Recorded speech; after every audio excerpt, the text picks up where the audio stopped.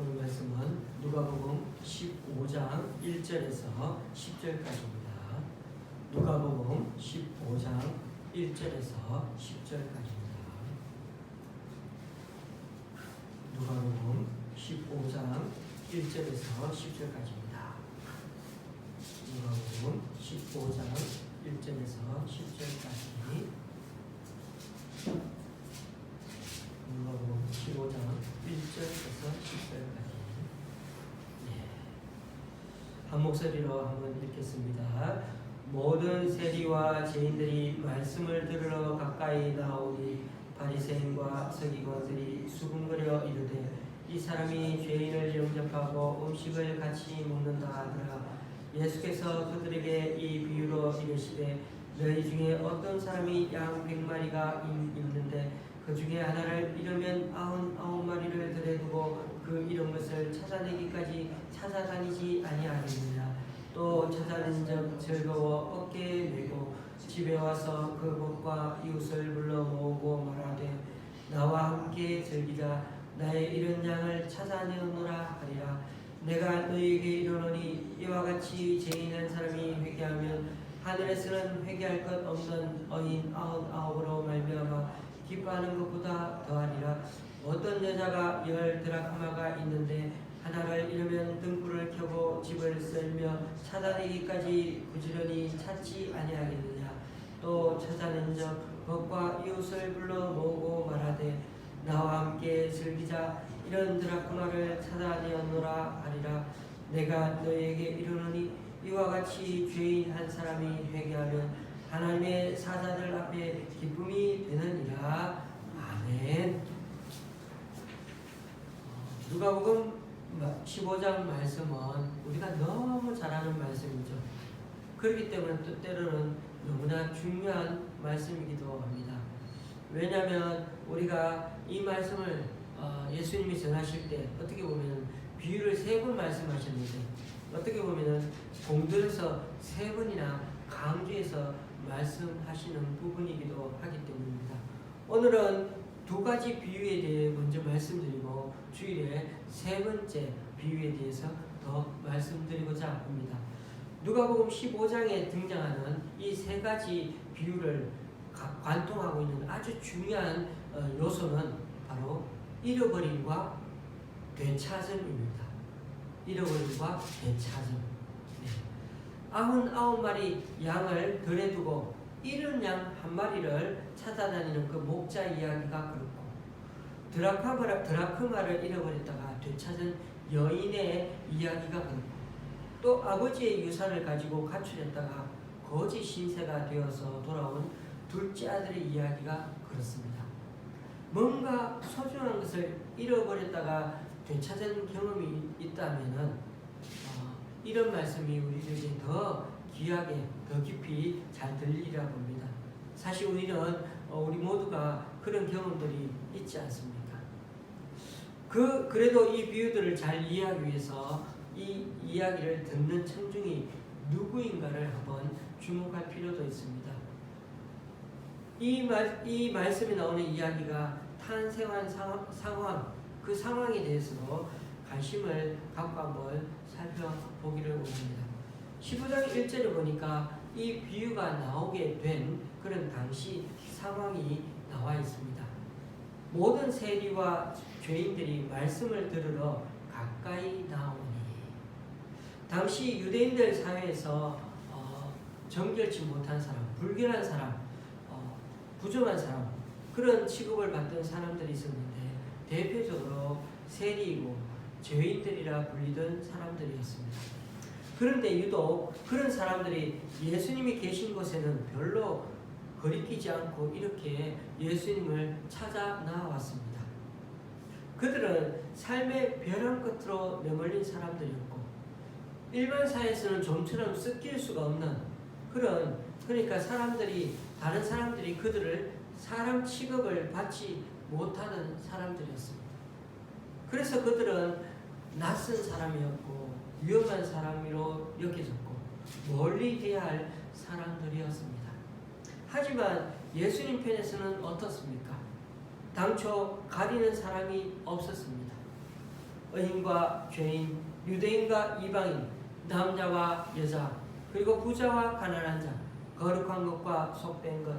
예수님의 마음에는 이렇게 나눠서 생각하는, 분리하는 마음이 아예 없었습니다. 아이들이라고 할지라도 자기를 진심으로 사랑한 이들을 직감적으로 아이들도 알아차리거든요. 그처럼 그들은 예수님의 마음에 사로잡혔습니다. 세리와 죄인으로 지칭된 이들이 주님께 나온 것은 그가 자신들을 있는 그대의 모습으로 자기들을 받아들여 줄 뿐만 아니라 그분 앞에 서는 순간에 오랜 세월 그들을 그렇게 괴롭혔던 내면의 상처가 치유되는 것을 느꼈기 때문일 것입니다. 예수님이라는 분 그 존재 자체가 그들에게는 위안이 되었고 치유가 되었고 축복이 되었던 것입니다. 하지만 바리새인들처럼 사람들을 우리와 그들 그렇게 나누는 말로 범주하면은 자신들이 그런 사람들보다 결국은 우리들은 그들보다 낫다. 자신들이 그런 사람들보다 더 나은 존재라는 우월의식으로 무장한 사람들이라면 예수님의 그런 광경을 오늘 이렇게 죄인들, 세리들을 불러 함께 먹고 마시는 광경을 아름답다고 볼 수가 없었던 것 같습니다. 그래서 2절 말씀에 바리새파 사람들과 율법학자들은 어떻게 수군거렸다고 합니다. 이 말은 조금 완곡한 표현으로 그렇게 번역해서 수군거렸다 했지만은 실제 뜻은 불평했다는 것입니다. 그래서 그들은 이렇게 불평하면서 투덜거리면서 예수님께 얘기했다는 겁니다. 이 사람이 죄인을 영접하고 음식을 같이 먹는다? 여기서 이 사람은 예수님을 낮춰서 부른 말인 거죠. 예수님과 함께 먹고 있는 사람들은 어떻게 따질 수도 없습니다. 왜요? 사실 그들은 너무나 그렇게 오랜 세월 그 사람들한테 무시당하며 살아왔기 때문에 덤비들 수 있는 힘조차 없는 무기력한 사람들이었습니다. 속으로 화는 나지만 그렇게 덤비들 수가 없었습니다. 그래서 예수님이 나서셔서 아주 담담하게 3가지 비유 이야기를 들려주셨습니다. 길 잃은 양과 잃어버린 동전의 비유를 통해서 잃어버린 자가 찾아 나서는 그 사랑과 간절함을 나타냈고, 되찾은 아들의 비유를 통해서는 집 나간 아들을 계속 기다릴 뿐만 아니라 그에게 어떤 도덕적인 잣대를 들이대지 않는 그 아버지의 사랑을 알려주셨습니다. 그렇습니다. 바리새파 사람들과 율법 학자들에게 없는 것은 신학적 이론이 아니라 바로 사랑이었습니다. 우리가 1절, 2절 말씀을 통해 살펴볼 수 있는 점은 예수님의 식탁 교제는 누구에나 열려 있다는 것입니다. 하지만 바리새인과 서기관들은 세상적인 기준과 기존 관습을 깨뜨리면서 죄인들을 받아주고 어울리는 그 예수님 모습이 너무나 못마땅했습니다.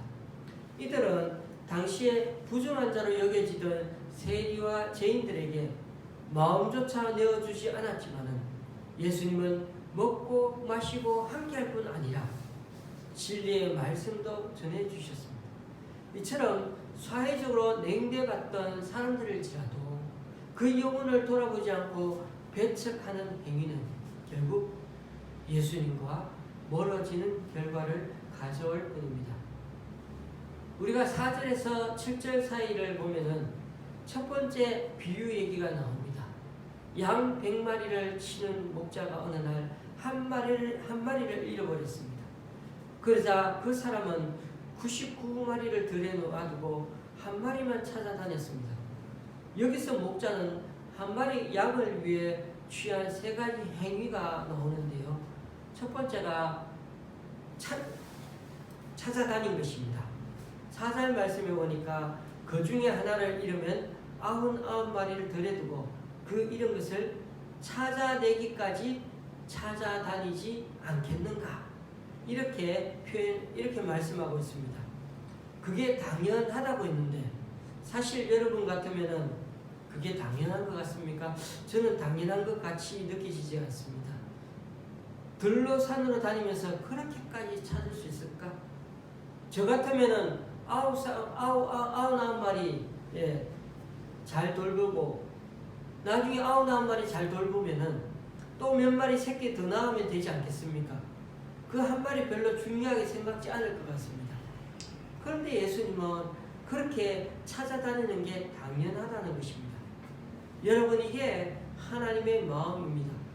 이런 하나님의 마음 때문에 사실 저와 여러분이 이렇게 은혜를 입고 감사하며 살아가고 있는 것입니다. 두 번째 이렇게 취한 행동이 있는데 5절에 나옵니다. 결국 끝까지 찾아냈으면 그 양을 어깨에다 메고 왔습니다. 작은 양이 아니고서는 메고 오기가 힘들죠. 그러니까 이 작은 양 새끼 한 마리 그것 때문에 이 한 마리 때문에 이렇게 고생했다는 것입니다.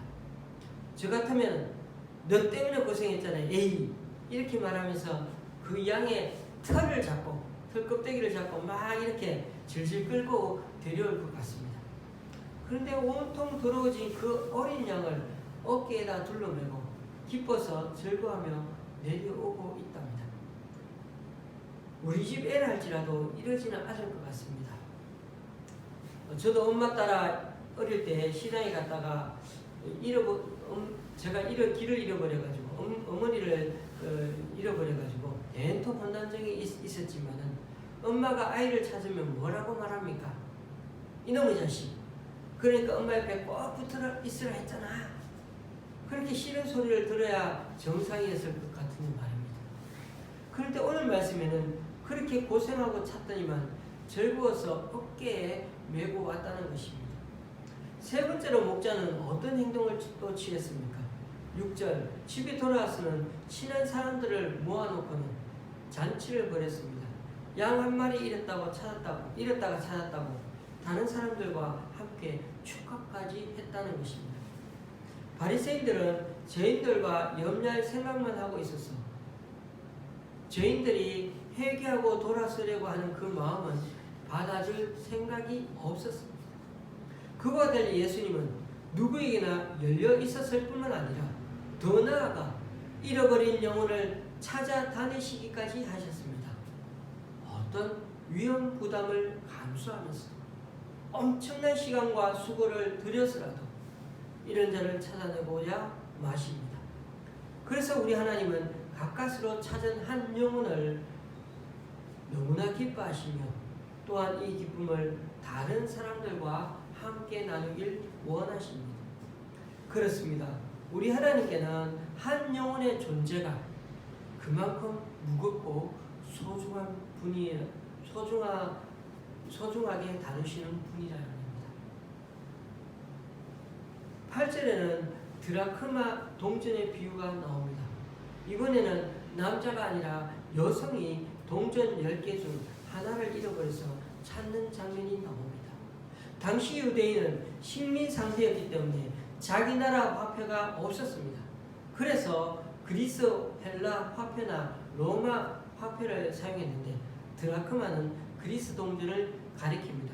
한 드라크마의 가치는 노동자 하루 품삯이라고 합니다. 우리나라 돈으로 치면 한 10만 원 정도 될까요? 참고로 성경에는 이와 같은 단위의 로마 화폐가 있는데 데나리온이라고 들어보셨죠? 이건 로마에서 발행한 화폐입니다. 그런데 여인이 은으로 된 동전 10개를 가지고 있다는 것은 그 당시 상황으로 봐서 그게 결혼 지참금이었을 수 있습니다. 아니면 남편이 준 예물일 수도 있습니다. 또 아니면 숨겨둔 비상금이었는지 그 여인의 전 재산이었는지는 알 수가 없습니다. 그게 전 재산이었다면 그 여인은 한 2주간 정도 가족들과 더불어 겨우 버틸 수 있는 형편이었을 테고 그래서 어려운 때를 대비해서 마련해둔 그런 비상금이었다면 그 또한 드라크마는 그 여인에게는 아주 소중한 것이었을 것입니다. 어느 쪽이 되었던 이 여인은 가난한 살림을 살고 있는 듯합니다. 그리고 이번에는 양 같은 동물이 아니고 잃어버린 물건입니다. 얼마나 소중한 물건이었으면 이렇게까지 찾았는가 하는 것입니다. 어디에 떨어졌을까? 여인은 이리저리 생각해 보지만 도무지 찾을 수가 없었습니다. 그래서 일단 등불을 켰습니다. 당시 유대인들 가옥들은 창문이 없어서 대낮에도 빛이 거의 들어오지 않아서 불을 켜놓아야 했습니다.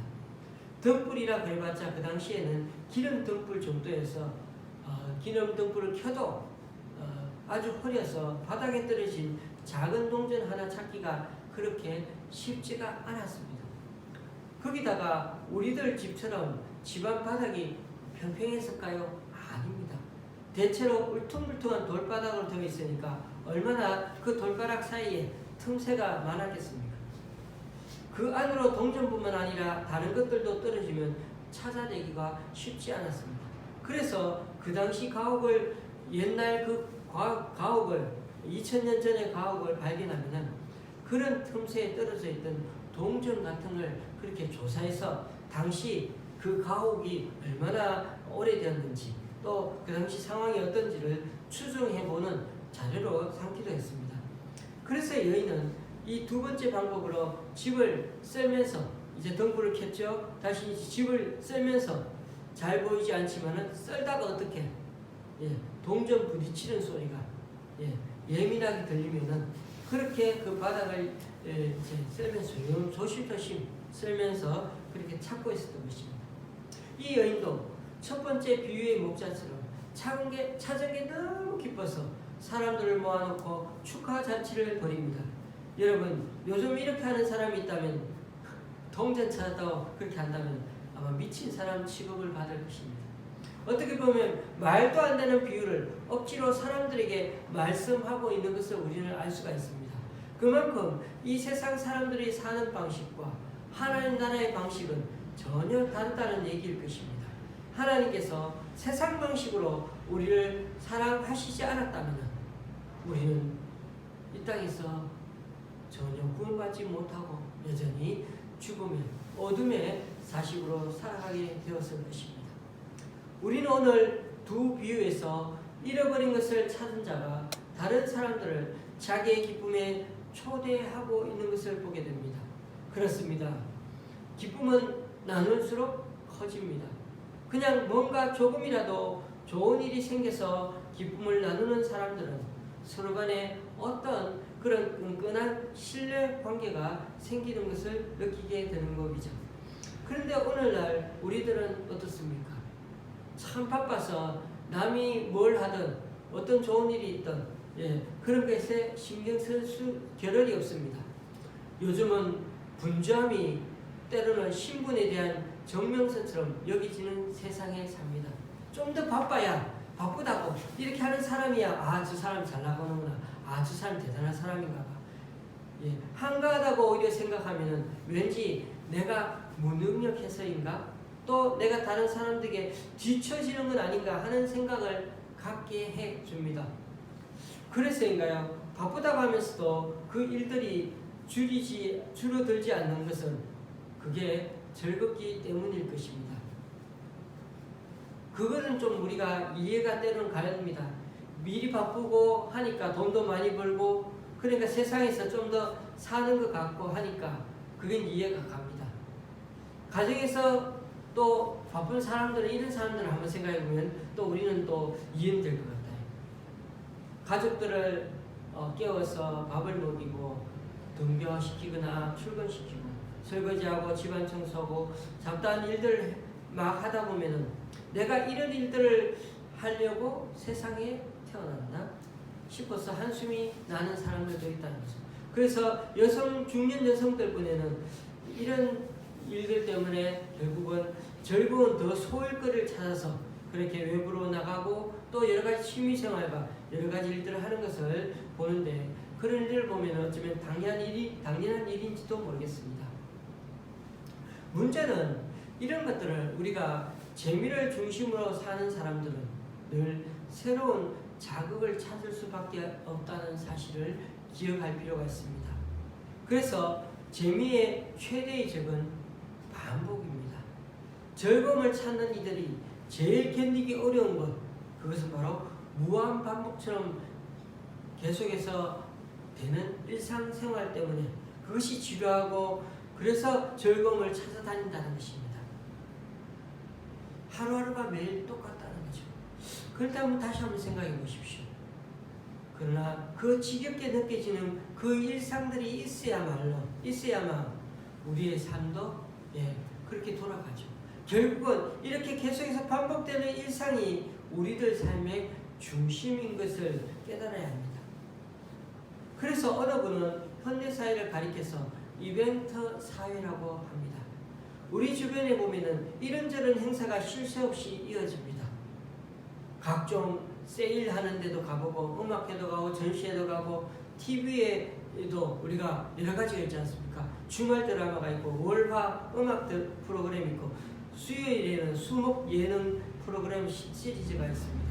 이런 것들을 계속 보다 보니까 결국 재미있는 것들이 한 주에 늘 쉴 새 없이 봐야 할 것들이 많은 것 같습니다.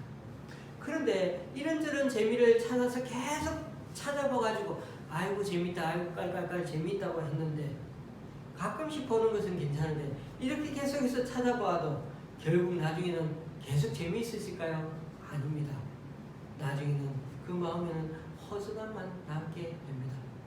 이런 걸 보면 즐거움을 찾아다니는 사람들의 그 허전함이 얼마나 큰지, 그 빈 공간이 얼마나 큰지 나중에 더 알게 되는 것입니다. 그러나 여러분, 진정한 기쁨을 추구하는 사람들은 다릅니다. 기쁨은 욕망을 충족하는 데 있는 것이 아니라 바로 기쁨은 의미와 연결되어 있습니다. 사람은 욕망을 충족시켜서 살아가는 존재가 아니라 사람은 의미를 먹고 사는 존재이기 때문입니다. 내가 지금 하고 있는 일이 의미 있다고 여길 때, 그렇게 여길 때만 우리는 아무리 힘들어도 그것을 힘들 줄 모르고 즐겁게 기쁘게 일한다는 것입니다. 그리고 내 지갑을 열면서도 아까워하지 않게 되는 것입니다. 누군가를 도와서 그로 하여금 절망의 자리를 딛고 일어서도록 도와주고 그렇게 해서 여러 가지 행복한 일들을 경험한 사람들은 삶의 기쁨이 어디에 있는지를 아는 사람입니다. 하나님은 기쁨이라는 가장 값진 선물을 내 감정 속에 두신 것이 아니라 바로 어려움을 겪고 있는 사람들 속에 숨겨두셨습니다. 그러므로 우리가 다른 사람들을 도와주고 섬기고 일하는 데서 우리는 더 많은 의미와 기쁨과 감사의 일들을 찾게 되는 것입니다. 그만큼 하나님께는 한 영혼의 존재는 무겁고 소중하다 했습니다. 양 한 마리를 찾은 목자도 동전 하나를 찾은 여인도 그 기쁨을 이웃과 나누었습니다. 잃어버린 자를 찾은 그 기쁨은 결국 누가 아냐면 찾은 자만이 압니다. 그러나 우리는 지금 어떻습니까? 나와 직접 관계된 일이 아니면 별로 관심 두지 않은 세상에 휩쓸려 살아가고 있는 것은 아닙니까? 저와 여러분은 잃어버렸다가 다시 찾은 영혼에 대한 소식이 여전히 우리에게 숨길 수 없는 진정한 기쁨의 주체가 되고 있습니까? 목사님, 과거에는 그랬거든요. 정말 전도 많이 하고 정말 많은 사람들이 참 그렇게 해가지고 교회 오고 하니까 너무 기분이 좋았고 내가 그렇게 섬겼던 것이 참 좋았습니다. 맞습니다. 젊은 시절에는 정말 타오르던 불길이 있었습니다. 과거 우리는 불행의 열정, 영혼을 찾아 복음을 전하던 열정이 있었습니다. 나이가 점점 먹으니까 이런 소명조차 이런 것이 아닌가 깊이 반성하게 되는 제 자신의 모습부터가 있습니다. 영어로 소명을 뜻하는 단어는 라틴어의 목소리라는 그런 단어의 보이스라는 말에서 어원이 나왔습니다. 소명이란 내가 추구해야 할 목표가 아니라 들어야 할 우리 내면의 목소리라는 것입니다. 우리는 갈수록 세상의 소리에 반응하느라 결국 우리 내면의 목소리에 귀를 기울이지 못하고 살아갑니다. 이것이 바로 우리 자신에게부터 소외당하는 것 같은 우리 자신의 모습입니다. 남의 소리, 다른 사람의 소리, 남의 칭찬, 남의 말에 평가 이런 데를 굉장히 민감하게 살아가지만 내 자신의 반성과 내 자신의 양심과 내 자신의 속에서 들려주는 하나님의 음성에 대해서는 자꾸만 우리가 잊어버릴 때가 많습니다. 뭔가 고민이 공허하고 뭔가 마음이 공허하고 허전함을 느끼고 있다는 것, 그것은 우리 내면의 소명을, 하나님의 부르심을 잃어가고 있다는 것과 다름없습니다. 더 큰 문제는 잃어버리고도 잃은 줄 모른다는 것입니다. 잃어버린 줄 모르니 찾지도 않습니다. 여러분, 부유한 나라 선진국 사람들보다는 가난한 나라 사람들의 표정이 살아있다는 사실을 아십니까? 선진국에 살면 아무리 가난해도 편리한 문화와 복지 혜택을 받을 수 있어서 행복할 것 같지만은, 또 어느 정도 행복하고 또 편안한 것 같지만은, 그러나 신기하게도 자연에 순응하며 살아가는 덜 부자인 나라 사람들이 비록 가난하지만 행복하다고 말합니다. 행복 지수가 더 높다는 것입니다. 그런 점에서 어른들의 얼굴과 아이들의 해맑은 웃음을 볼 때마다 비교가 되죠. 욕망과 풍요로움에 오염되지 않은 그 천진한 아이들의 모습을 아이들에게서 느낄 수가 있는 것입니다. 나도 과거에는 저랬는데 내가 저런 웃음을 이제는 잃고 사는구나, 그렇게 느끼는 것입니다. 말씀을 마칩니다. 여러분과 저는 기뻐하면서 생을 마감하기를 원합니다. 기쁨이라는 인생의 열매는 우리가 뜻한 바를 이루게 되었을 때 찾아오게 되겠지만, 나 자신을 누군가를 위해서 내놓을 때 더 풍성하게 거둘 수 있는 것이 바로 기쁨입니다. 그런 점에서 누군가를 행복하게 하는 것을 자기 인생의 존재의 목적으로 삼은 사람들은 인생을 기쁘게 마감할 수 있습니다. 하지만 자기 자신을 중심에 놓고 사고하는 일에 익숙한 사람에게는 그 기쁨은 그저 참 낯선 감정이 될 것입니다. 자기가 99마리 양떼에 속해 있다고 확신하는 사람들은 잃어버린 한 마리 양을 찾은 목자의 기쁨을 결코 알지 못할 것입니다. 드라크마 하나쯤은 끝까지 끝 할 수 있는 사람들은 그것을 찾은 이의 기쁨을 결코 알지 못할 것입니다. 집을 나간 아들을 기다리는 아버지의 마음을 헤아릴 줄 몰랐던 큰 아들은 돌아온 아들을 품에 안고 잔치를 준비하라고 말하는 그 아버지의 기쁨을 결코 알지 못했습니다. 그러니까 중요한 것은 자기 자신 밖으로 나와 본 적이 없는 사람은, 자기 자신의 문제만 매여 있는 사람은 하나님의 천국 잔치에 참여할 수 없다는 것입니다. 그런 점에서 우리는 뭔가 소중한 것을 잃은 채 살아가고 있는 것은 아닌지 돌아봐야겠습니다. 하나님도 잃고 우리 자신도 잃고 이웃도 잃고 자연까지도 잃어가고 있는 것은 아닙니까? 이제 우리 삶은 찾음의 과정이 되어야 하겠습니다. 주님께서 잃어버린 자들을 찾으며 기뻐하신 것처럼 우리들 또한 나 자신에게만 얽매이지 않고 잃어버린 자들을 찾아다니는 그 주님의 손과 발이 되어 살아가는 자가 되어야 하겠습니다. 그렇습니다. 우리도 한때는 다 이런 자였지 않습니까? 회개하는 죄인이었기에 우리는 하나님께 하나님께 다시금 돌아올 수가 있었고, 회개를 통해 우리는 더 의인다워져가고 있는 것입니다. 그러므로 이제 막 주님을 알아가는 지체들이 우리 가운데 있는데, 이들 또한 우리가 돌아봐야 되지 않겠습니까? 오늘 말씀에 나오는 것처럼 늘 주님의 따스한 시선으로 사랑하며 섬기며 살아가는 우리가 되었으면 좋겠습니다. 그렇습니다. 하나를 소홀히 하는 세상은 언제든 99도 버릴 수 있는 사회일 수 있습니다. 부자가 가난한 사람의 양을 강탈해가는 세상은 미친 세상입니다. 비정상적이고 비인간적인 세상입니다. 그러나 성군 같은 다윗도 그러한 행동을 할 때가 있었습니다. 우리는 그래서 이런 흐름을 뒤집어야 합니다. 길을 잃은 한 마리의 어린 양을 끝까지 찾아 나서는 정성이 한 공동체를 그리고 한 사회를 그리고 한국을 아름다운 공동체로 바꾸어 갈 것입니다. 그래서 예수님은 여전히 지금도 우리의 죄를 대신 담당하기 위해 십자가에 못 박히고 계십니다. 주님은 우리보다 먼저 여전히 갈릴리를 향해 가고 계십니다. 길을 잃은 한 마리의 어린 양이 있는 곳 그곳으로 말입니다.